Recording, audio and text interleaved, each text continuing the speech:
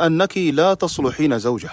إذا دخل زوجك البيت ولم تتركي كل شيء في يديك وتذهبي لاستقباله والابتسامة في وجهك ومواساته بعد تعبه، إذن فإنك لا تصلحين زوجة. إذا احتاج الزوج لمن ينسيه تعب العمل ومشاغله خارج المنزل ولم يجدك تهتمين لذلك، إذن لا تصلحين زوجة.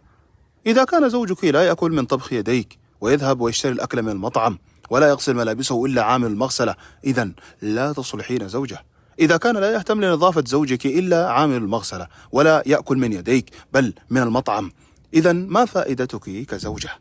إذا غضب زوجك ورددت عليه الكلمة ب10 كلمات ورفعت صوتك عليه، إذن لا تصلحين زوجة. فالزوج يتحمل ضغوط الحياة ومصاريفها وهموم إعاشة الزوجة ورعايتها وتولي شؤون البيت، ورأسه مليء بالمشاكل والضغوط والهموم، ويعيش في مجتمع قاس لا يرحم. فمن الطبيعي أن يكون عصبي، وينبغي للزوجة أن تهدئه وتصبر عليه إلى أن يهدى، أو تسمعه كلام جميل إذا غضب وتكون حنونة معه لتنسيه كل معاناته ومشاكله حتى تكون فعلا زوجة.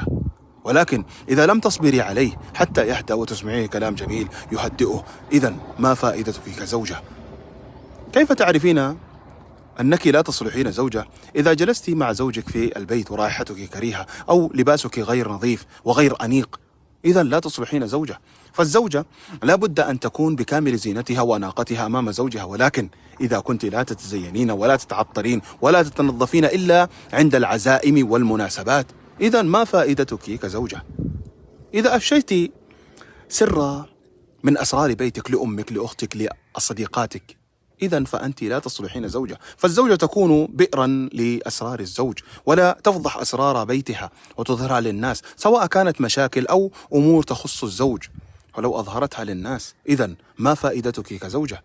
إذا حرضت زوجك على أهله ولم تعينيه في بر أهله، إذن فأنت لا تصلحين زوجة. فالزوجة لابد أن تصل أهل زوجها وتعين زوجها على بر أهله وتعينه على أي شيء فيه طاعة لأمه أو لأبيه أو صلة لأرحامه.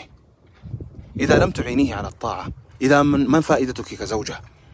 إذا حانت الصلاة ولم توقظي زوجك للصلاة ولم تأمريه بطاعة الله وتطلب منه ترك المحرمات وتعينيه على التوبة، إذن فأنت لا تصلحين زوجة. فالزوجة لابد أن تعين زوجها على الطاعة وتعينه على ترك ما حرم الله ولا تعينه على معصية الله.